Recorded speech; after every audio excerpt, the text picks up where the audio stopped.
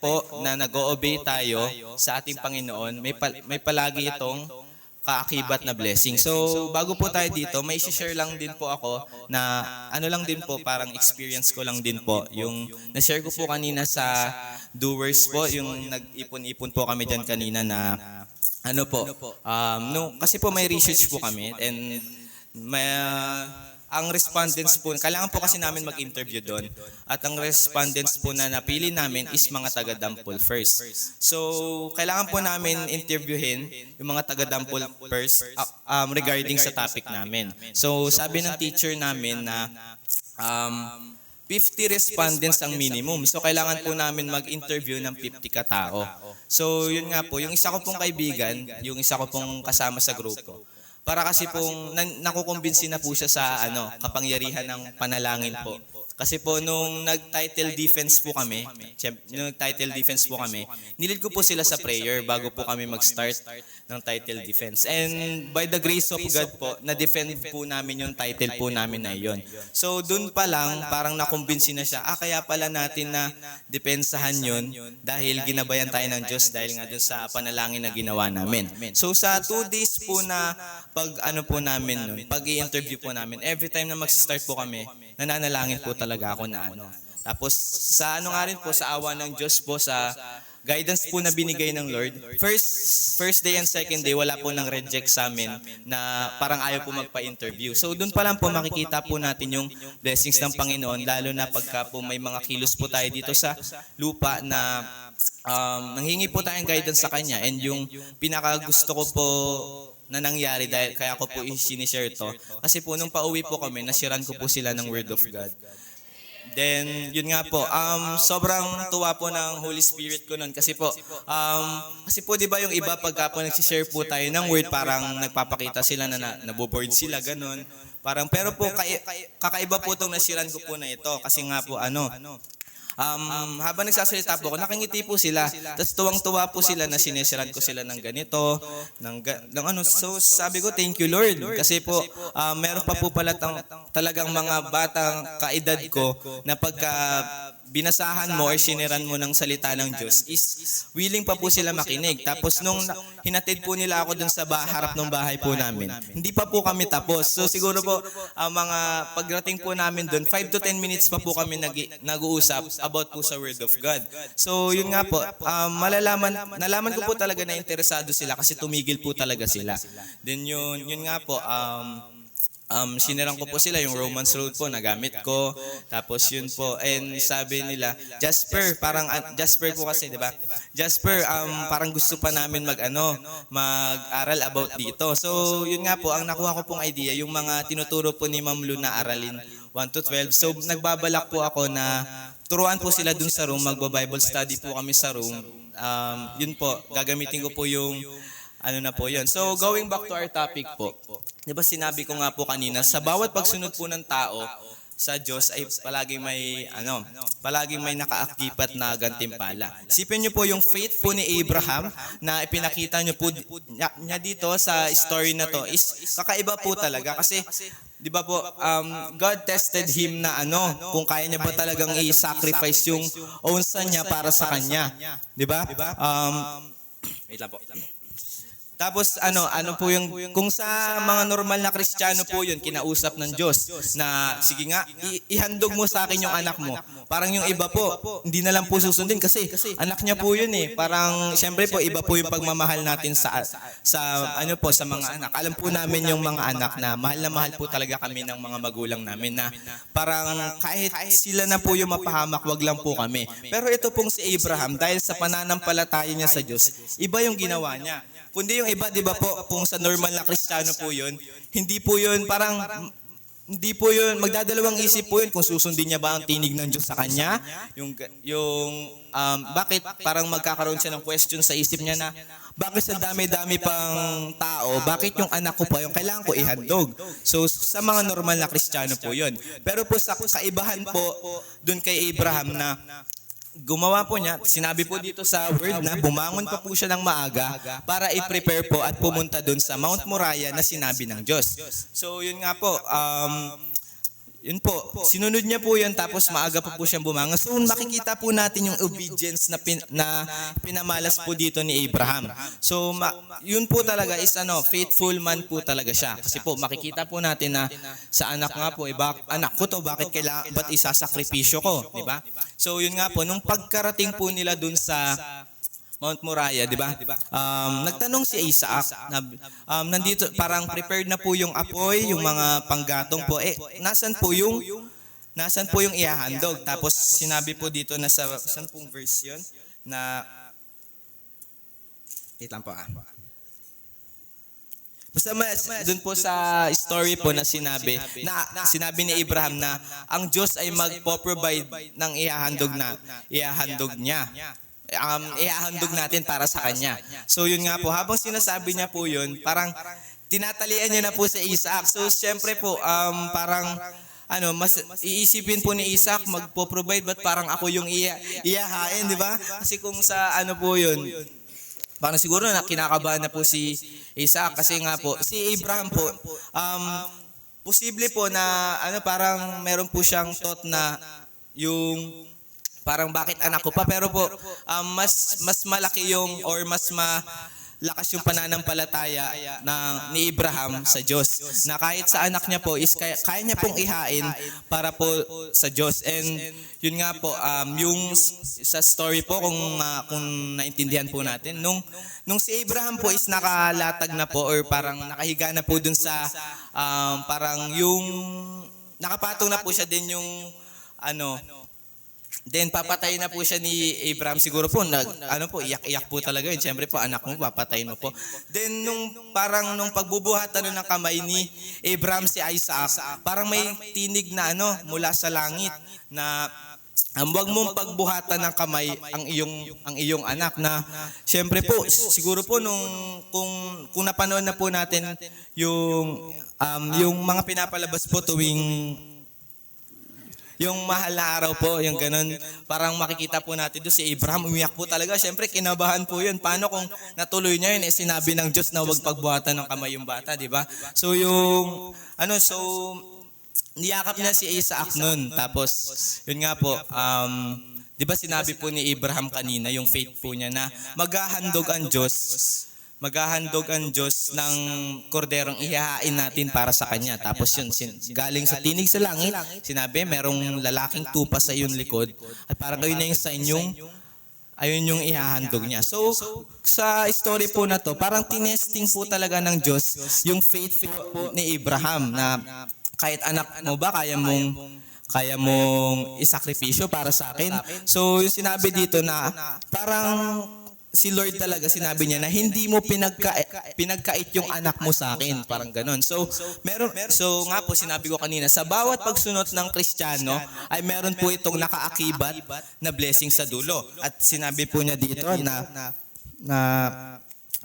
sa pagpapala ipagpapalain kita at sa pagpaparami ay paparamihin ko ang iyong binhi. So, kung babasahin po natin doon, nandun po yung promise ng Diyos na kahit nung simula pa nung una, hindi naman niya sinabi kay Abraham na, sige anak, sundin mo ako kasi pararamihin ko yung lahi mo. Hindi naman po, di ba? So, doon na lang po sinabi ng Diyos yung promise niya kay Abraham nung pagtapos niya na mag-obey. So, kung i-apply po natin sa buhay natin to, kahit anong, kasi di ba bibihira na lang po yung parang directly po nakakarinig po talaga ng tinig ng Diyos. So si Lord po talaga gumagamit po yan ng tao. So yun nga po, siguro si pastor po parang di ba po ang nagbibigay po ng task si pastor na mag-soul winning tayo, mag-track saturation tayo, mag-evangelism, mag-soul winning, mag-visitation po tayo. So gusto ko lang po i-emphasize na sa tuwing pagsunod natin sa Diyos ay palaging may blessings po dito at huwag na huwag po tayong mapapagod para po sa gawain ng Panginoon Diyos natin. So amen.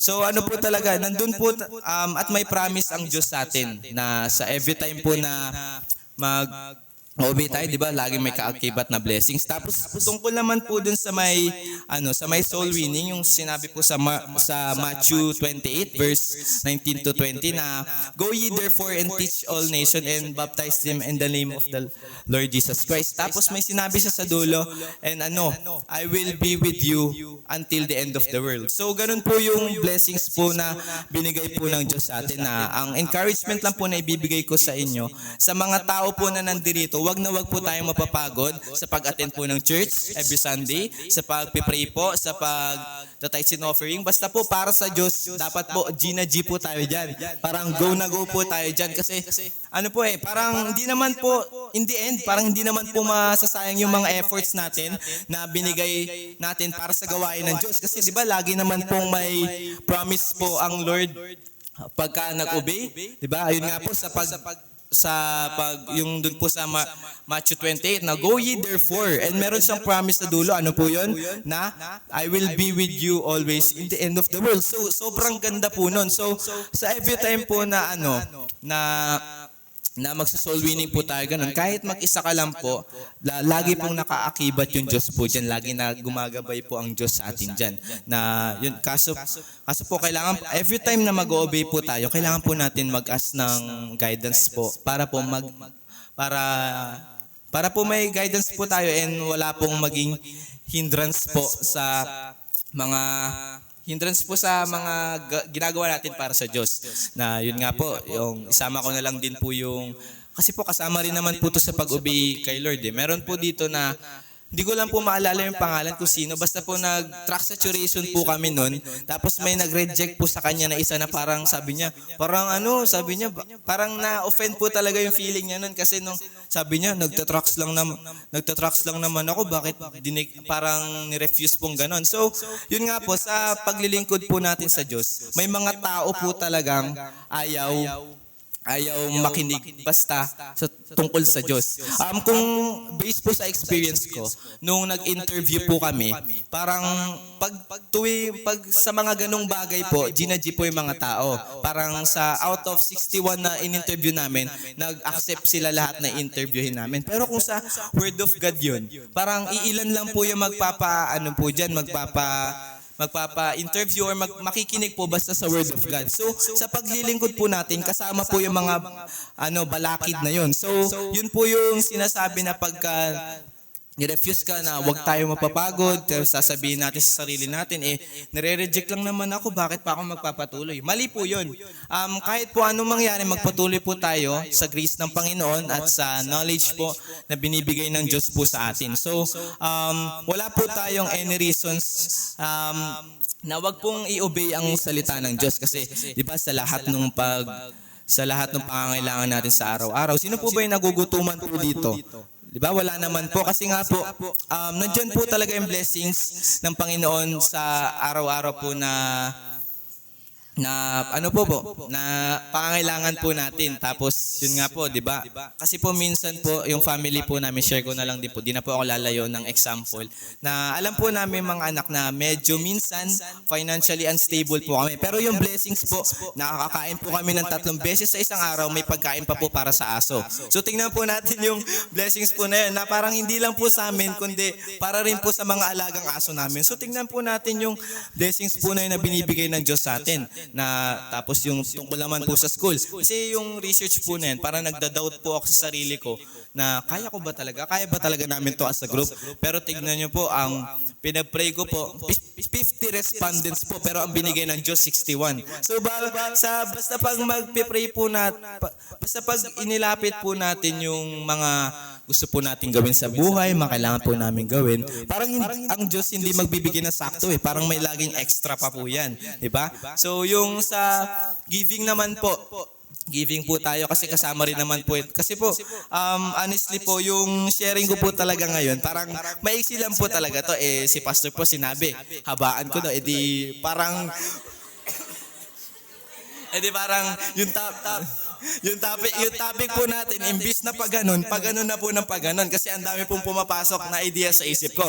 So nandun naman po tayo sa obedient, di ba? Nandun naman po tayo sa topic na sa pagsunod. So sa may giving naman po, di ba, may sinabi na promise na pag nag-give ka kay Lord ng isang kutsara, ang ibibigay niya isang pala. So parang every time po na mag-give po tayo sa Panginoon, yung blessings po ng Panginoon, triple or mas doble pa dun sa binigay po natin. So yun nga po sa mga faithful givers po dito sa church na to, pagpapalain po kayo ng Diyos at huwag po kayong mapapagod na magbigay po na magbigay. Parang sasabihin na parang magbibigay ganun tapos parang maghahanap nung parang something na resulta, ganun. Sabi na bakit naglagi naman nagbibigay, ba't parang walang improvement yung church, ganun. So syempre, yung mga tithes, yung mga binibigay po natin, hindi lang naman po yan para sa physical church po natin or sa tahanan po na yung sa tinistiyan po natin tuwing Sunday, kasi yung mga tagapaglingkod po na yan, sila pastor po, may personal needs din po yan. Kasi di ba alam po naman natin yung mga bills na kailangan po bayaran ng church, di ba? Kasi nagiging open po sila Ma'am Lou and pastor po dyan about sa mga ganyan. Na pagka po every time po na nag-open up si pastor, si Ma'am Lou na ganyan, wag po tayong ma-offend. Kasi di ba nga po, wag po tayong ma-offend about dyan kasi po, kumbaga sa hindi naman po yan sumisweldo sila pastor yung mga tagasunod ng Diyos, hindi naman po talaga yan sumisweldo. Kaya nga po may church, mayroon po mga members para tustusan po yung needs ng pastor po natin. Amen po? Amen. So yun po, kung ano-ano na po sinasabi ko dito, and maraming salamat. Maraming salamat po sa guidance po na binibigay ng Diyos. Kasi nga po, yung topic po talaga natin, nandun sa story ni Abraham, tapos napunta tayo sa giving. Kasi po, ang ine-emphasize ko lang naman po dito is yung obedient po. So sa lahat ng mga tagasunod ng Diyos, wag na wag po tayo mapapagod. Kasi po, sa bawat pagsunod po natin, may laging blessings po yan. Siguro hindi ngayon, pero asahan nyo, may blessings po talaga yan. So, ayun lamang po yung masishare ko po, and sabi po, Pastor, naubos na po yung idea. So, yun po, maraming salamat po sa privilege po na binigay ni Pastor and Ma'am Lou po na tumayo sa harap. Kasi po, hindi lahat po ng members dito sa church ay nagkakaroon ng tsansa na tumayo sa harap. So, thankful po ako na, yun nga po, nagbigay po ng go signal si Pastor and Ma'am Lou na, Pong, mag-share ka mag-share ka. Kasi ang sabi lang po talaga ni Ma'am Lou, mag-share po ng kahit maikli, kahit mga 5 to 10 minutes lang po. And di ko po alam kung nakakatagal na po ako.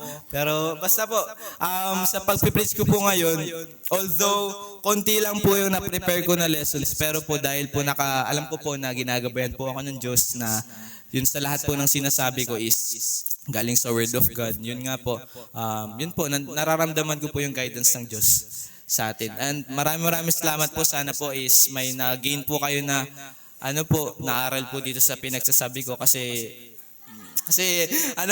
baguhan pa lang po. So, konti pa lang po yung experience ko sa ganito. Pero po, I promise po next time na magkaroon po ako ng chance po tumayo dito, mas mahaba pa po. Yan pa. Ayun lamang po yung masishare.